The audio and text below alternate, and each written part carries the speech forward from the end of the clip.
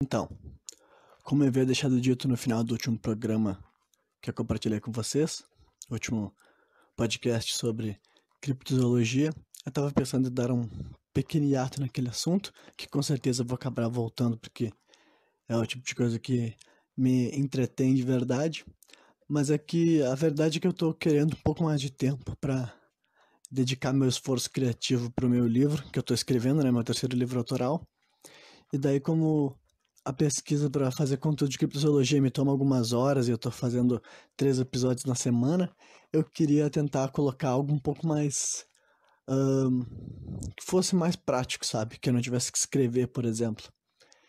E daí, andei pensando um pouco a respeito do que eu ia fazer durante o final de semana. E como eu sou uma pessoa assim que naturalmente eu fico refletindo muito sobre várias coisas e tal. Eu gosto de pegar pontos de vista diferentes para conseguir enxergar um pouco melhor a situação como um inteiro e ver um pouco de verdade no meio de tanta confusão. Então, geralmente, quando eu tenho certas opiniões formadas sobre vários assuntos, elas acabam meio que não. Como eu me posiciono exatamente sobre vários pontos, acaba deixando claro para as pessoas o que eu acho sobre aquilo, e quem concorda comigo se identifica, e quem não concorda vai ver os pontos que não se identifica. Então é meio que natural que quando eu resolvo me aprofundar em qualquer tópico e falar um pouco mais do que passa na minha cabeça, rola um pouco de atrito. Mas eu não necessariamente acho que isso seja algo ruim, eu acho que também vale a pena tentar utilizar a meu favor, né?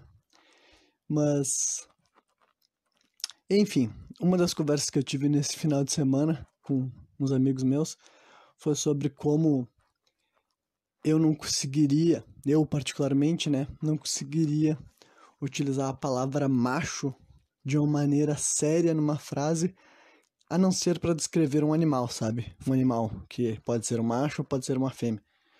Porque eu cresci, pelo menos numa geração, e eu tô falando de quem cresceu assim nos anos 90 e dos anos 2000, mais ou menos, uma geração que ainda ouvia essa palavra dentro de casa ou, né, em casas próximas da sua casa, casas de familiares, de conhecidos, ouvia essa frase ser utilizada de uma maneira mais séria, eu acho. Por que eu digo isso? Porque eu simplesmente não conseguiria, sabe, usar como um elogio nem a meu respeito e nem elogiar outra pessoa, sabe, assim, um terceiro, com certeza, para formular alguma frase com a palavra macho no meio, eu estaria utilizando ela de uma maneira irônica, simplesmente pra fazer piada, né? E daí eu tava pensando assim, de onde é que será que veio, né, quando começou e quando terminou, ou vai terminar essa história, né? Porque ao contrário do que as pessoas pensam, a maioria dos costumes, a maioria das tradições, elas não tiveram aí no mundo desde sempre, né? Elas tiveram um início em algum momento e tem um meio e tem um fim. Então, tem um lance que eu acho que pode ter ajudado a perpetuar essa noção do macho e tal, que é uma coisa que a gente vê os resquícios até hoje em dia, né? Eu, particularmente, já me convenci que é uma espécie de resistência, sabe? É um grupo minoritário que simplesmente não pode abrir mão de muitas noções e concepções que eles têm a respeito da sociedade, da realidade e deles mesmos, entendem? Não tem como eles simplesmente falar, acho que essas coisas que eu acreditei desde sempre, fui influenciado a vida inteira para acreditar, não condizem com a realidade, então para mudar aquilo lá, deixar aquilo lá de ser o norte da vida dele, ele teria que reestruturar tudo. Ele teria que pensar quem ele é de novo, sabe? E se é bom ele ser quem ele é. Enfim, aqui a gente vê, existe aquele lance de uma organização social de macho e beta, só que isso daí é uma questão, assim, que foi observada e estudada em sociedades de animais, sabe? E outros animais, senão o ser humano, né? E com base nessas observações de animais, que tem essas nomenclaturas de alfa e beta, a grosso modo, né, o alfa seria geralmente um animal que venceu as disputas físicas, sabe? Ele tende a ser o maior, o mais forte, entendeu? E ele domina os outros machos perto do período de acasalamento, geralmente, e depois ele vai lá e procria e copula para fazer os novos filhotes e tal. Só que, né, isso daí é uma coisa que é observado nas sociedades animais, entendeu? E hoje em dia, com todos os dados, todas as informações e todos os exemplos diferentes de sociedade e civilizações presentes e passadas que a gente conhece, para mim é simplesmente uma ideia tão abstrata, é um exagero tão distante da realidade humana que a gente pode observar e estudar a respeito, que não sustenta, sabe? Não sustenta de maneira nenhuma. Já começa pelo fato de que tu tá querendo dizer que a única questão que leva as pessoas a escolherem parceiros sexuais e parceiros amorosos, que são duas coisas bem diferentes, entendeu? Os animais não têm parceiros sexuais, sabe? Embora já tenha assim, estudos falando um pouco mais a respeito da complexidade da vida sexual de várias espécies, que ao contrário do que o ser humano dizia no século passado, os animais não são só instintos, entendeu? Tem vários animais aí que eles já conseguiram enxergar que eles se masturbam e têm relações sexuais fora do período fértil, fora do cio. Então, hoje em dia, essa noção simplista de que os animais só transam para reprodução não é bem assim também não. Já estamos descobrindo que os animais têm um grau maior de complexidade quando se fala de sexo. E a raça humana, então, isso vai muito além, entendeu? Hoje em dia, no século XXI, principalmente, dizer que as pessoas estão... O fator determinante para as pessoas irem ou não para a cama é ter alguma coisa dentro do organismo deles que reconhece o outro indivíduo, ou a mulher, ou o homem que está diante dele como alguém que seria um bom progenitor, sabe? Isso daí você tem que ignorar muitas evidências que dizem o contrário, sabe? Ih, meus cachorros começaram com uma latidona aí, vou ver se indo pra cozinha ajuda um pouco. Pera aí. Então, o que eu ia continuar desenvolvendo? Sim. Em primeiro lugar, eu acho que a gente não pode ignorar o elefante na sala, né? Que seria a sexualidade humana, que a gente sabe que é super, hiper, mega plural e diversa e complexa. Eu acho que a pessoa tem que viver muito numa bolha gigantesca para ela acreditar ainda no século XXI que, tipo assim, existe um normal humano ou um padrão humano quando se fala de sexualidade. A gente pode observar... Essa ideia é muito moderna, muito contemporânea, querer colocar isso na cabeça das grandes massas, entendeu? Existem vários conceitos, vários status quo em várias sociedades diferentes, entendeu? Vários dogmas, digamos assim, mas essa heteronormatividade, que é tipo assumir que o mundo é hétero até que diga o contrário, não tem muitos registros históricos dele no passado distante, entendeu? Inclusive, hoje em dia a gente já sabe que, né, pelo menos as pesquisas que eu já fiz já revelaram, tipo, modelos de relacionamento homossexuais ao longo da história. Tipo, na Grécia Antiga existia um dos padrões de casais que existia, era o jovem rapaz ali e tal, do exército ainda, né, militar da época lá e tal, e ele tinha um par amoroso que era um homem de idade mais avançada, que geralmente era um filósofo, alguém detentor de um conhecimento mais erudito, né? Dizem que esse era um dos padrões comuns de casais gregos à época, sabe? E, enfim, em várias outras sociedades eles já encontraram esse tipo de registros. Então, já mostra que não faz nem pouco tempo, já faz séculos, já faz milênios que as civilizações humanas, né, que as civilizações são muito mais complexas na hora de escolher parceiros sexuais e amorosos do que simplesmente levar em consideração a reprodução, entendeu? Esse tipo de lógica alfa e beta para falar de seres humanos pode ter algum sentido, talvez, falando do homem primitivo, entendeu? Falando ali das sociedades pré-históricas, digamos assim, sabe? Falando assim de alguns milênios atrás multiplicados por 10, tá ligado? 10, 20, 30, 40 mil, assim, nesse período aí. Mas agora, falando de civilizações, as construções que levam alguém, o ser humano, a se identificar com tal sexualidade, a idealizar, a romantizar e querer se relacionar com um certo indivíduo, vai muito além de coisas biológicas, sabe? Isso daí a gente pode ver, trazendo para exemplos mais práticos para quem pode, por algum motivo, ainda ser pegado nesse tipo de lógica. A gente pode pensar assim, sex symbols que nem o David Bowie. Vamos pegar o David Bowie, por exemplo.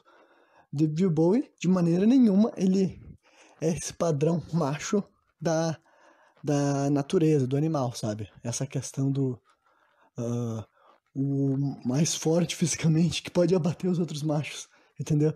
Mas para um grande grupo, assim, um grande grupo de pessoas aí e tal, tem que deixar claro que é um grupo de pessoas, seja homens, tanto mulheres, ele é um sex symbol e ele seria uma escolha acima de vários outros, sabe? E o mesmo dá pra se dizer gente como Prince, e trazendo para subculturas muito mais modernas, sabe? Vamos pegar, por exemplo, assim, a cultura emo, e depois essa cultura hoje em dia que é hoje em dia quem tá na frente dela seria o pessoal do K-pop, mas para quem conhece outras subculturas assim, de música oriental, vai saber mais ou menos como é que seriam também os artistas, a parte majoritária dos artistas do J-Rock, né? Que também tem uma estética e um visual totalmente diferente desses padrões. E se tu pegar e me dizer que qualquer mulher do mundo, independentemente de qual mulher que seja, da construção que ela teve, da vida que ela viveu, ela escolheria, né, o mesmo padrão de homem, tu tá. Tipo, tu tá. Simplesmente tá falando uma coisa que não bate com a realidade, porque não é assim, entendeu? Essa. Pelo que eu consigo entender, essa lógica do macho alfa foi muito útil como uma ferramenta de controle mesmo, porque tu começa a ensinar que existe um padrão masculino e porventura existe um padrão feminino, e nesse padrão masculino tu estimula o quê? A violência, a dominação, a disputa. Só que isso daí são coisas que realmente não que não façam parte da nossa sociedade, mas elas não são os pilares. Até porque, como eu falando, quando que tu escolheu um parceiro sexual pensando na reprodução, entendeu? Aí tem gente que vai dizer, que é uma coisa inconsciente, que é muito pequena. Não, porque senão não teria tantas pessoas que escolhem parceiros sexuais e parceiros da vida do mesmo gênero, entendeu? A raça humana não é movida só por esses instintos são uma fração muito menor das nossas escolhas. As nossas escolhas são realmente uma coisa que evolui de construções, de percepções, de ensinamentos, de idealizações, de romantizações, entendeu? Por isso que eu insisti em falar que a sexualidade do homem, da raça humana, da espécie humana, não é a mesma coisa que a sexualidade dos animais, né? E daí, deixa eu ver se tinha mais algum ponto que eu achava justo tá elucidando sobre esse assunto. Ah, sim, tá. Outra coisa que é importante é que o quanto esse tipo de, de cultura é prejudicial na formação também, assim, da sociedade como um todo, da psique dos rapazes, principalmente, porque quando um rapaz tem um perfil psicológico que claramente não consegue assimilar todas as características que estão cobrando desse perfil de macho, sabe? Já vai ter uma existência sofrida, inevitavelmente. A questão é qual vai ser o final dessa existência sofrida. Se ele vai ter conseguido se tornar um Frankenstein dele mesmo e virar uma amálgama, sabe? Vai conseguir condensar o máximo das coisas que ele realmente gosta, os estímulos que ele realmente se identifica, e com aquilo que a sociedade, né, ao longo da vida dele foi determinando como um estereótipo de macho, e daí ele vai ser aquilo ali, e ele vai estar sempre em sofrimento, mas ele conseguiu se adequar de certa forma. E tem a outra opção de que ele vai passar por um longo período de sofrimento e de desapego até finalmente ele conseguir enxergar que, não, peraí, não existe, né, um comportamento de macho, não existe um comportamento de fêmea. Isso daí uma descrição simplista baseada na observação de gente que vivia há 50, 60, 70 anos atrás, que eles observavam, melhor, gente que vivia nesse tempo e observava animais. E daí, através disso, a gente foi pegando e correlacionando isso com a sociedade humana e ignorando todos os novos exemplos que apareciam, entendeu? Porque se tu é um cara que acredita nesse contexto, imagina, tu é um cara com essa visão do macho, que o macho tem que ser isso, e forte, e brabo, e grosseiro, e dominante. Aí aparece uma cultura nova, tipo a cultura do emo, e eles estão sendo mais alfa do que tu, entre aspas. Estou usando aspas aqui que vocês não vão poder enxergar, porque, né, o meu ponto é justamente que não existe alfa e beta na sociedade humana. Mas, né, se tu tá no lugar errado, tu não vai ser um alfa nunca, entendeu? Tem vários ambientes que tu não importa o que tu faça, tu não vai ser percebido como um alfa. Porque essa percepção é além de ti, entendeu? Não depende de como tu se mostra, depende de como o mundo te recebe, na verdade. Então, a mesma pessoa, ela pode ser entre aspas, né, um alfa num ponto, em outro lugar que ele tiver, ele pode ser um ômega, sabe? Não existe essa simplificação, isso daí era uma visão de mundo muito simples, que nem eu disse no começo de tudo isso, muitas pessoas aprenderam a acreditar e abraçaram com muita força, e hoje em dia mesmo, apesar de não fazer o menor sentido, tu acreditar que o mundo funciona dessa maneira e que é assim que tem que viver ele. Tem gente que já tá tão inserido nesse tipo de alienação que ele não consegue mais enxergar que ele ficou vivendo num limbo que não faz mais sentido, entendeu? Que hoje em dia a gente já conseguiu ver, peraí, não era assim antes, não é assim agora, por que que tu acha que só durante aqueles, não vou determinar, mas algum tempo ali ao redor de 100 anos, que foi convencionado que a maior parte da sociedade era representada por pessoas, não vou dizer a palavra representada, mas eu quero dizer que era composta, entendeu? Onde o poder estava é outros 500, quem representava o poder, as figuras que representavam o poder é outros 500, falando de pessoas compostas, entendeu? Achar que no mundo inteiro, se fosse possível saber intimamente o jeito que cada um se relaciona com a sexualidade, tu acharia que o mundo, não, sempre foi assim, sempre foi uma vasta superioridade de gente heterossexual e em relação às outras opções.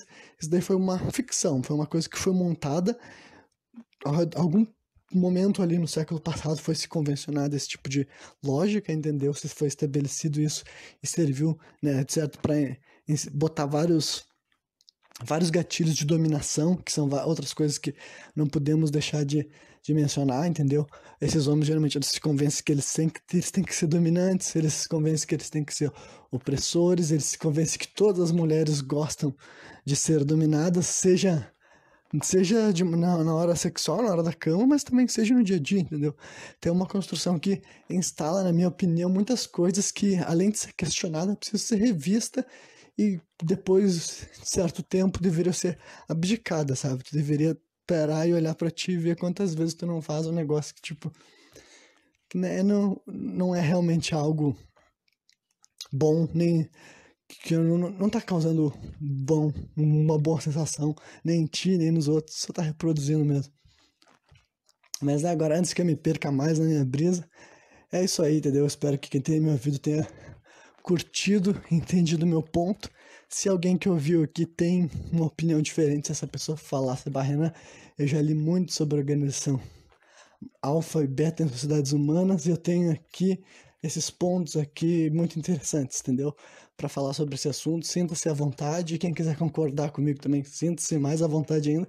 Lembrando que, né, se tu for trazer algum ponto que eu nunca ouvi, pensa, se é um bagulho que tu leu muito, provavelmente eu já li também, entendeu? Aí leva em consideração que provavelmente eu já levei isso daí em consideração, mas desconsiderei, porque, né, esse exemplo daí não é o suficiente, digamos assim, para refutar todas as outras provas de que a raça humana é muito mais complexa quando se fala de sexualidade, quando se fala de escolher parceiros amorosos, escolher parceiros sexuais, vai muito além dessa definição simplista de ser um homem alfa e um homem beta, até porque ele está assumindo que todas as mulheres do mundo estão procurando homens, o que não é verdade, está assumindo que todas as mulheres do mundo querem ser mães, o que não é verdade. Aquele lance de instinto materno, é sabido que até depois de ser mãe tem muita mulher que não tem, entendeu? O organismo delas faz isso daí, que é um processo, né? Aí sim não tem escolha, não tem. Depois que já foi fecundada, vai nascer, vai rolar toda a jornada, né? Do desenvolvimento da criança, a criança vai nascer, mas convencionar que todas as mulheres têm um instinto materno, ou que todas vão desenvolver um instinto materno, e que é importante, mesmo que a algum nível que a mulher não entenda, ela ainda está escolhendo o cara que vai ficar com ela, por causa que animais de outras espécies têm esse tipo de instinto, então o ser humano é equivalente e tal. Então, não, cara, isso daí é abobrinha, entendeu? Coisa do passado, mas, né, se quiser dizer o contrário, pode opinar aí. E valeu, espero que tenha curtido. E quarta-feira é outro assunto nesse mesmo estilo, meio que devaneando, né, pensando a respeito de possibilidades e tal, e posso ter me perdido em alguns pontos, porque não tem roteiro nenhum aqui, mas, do resto é isso aí, e valeu!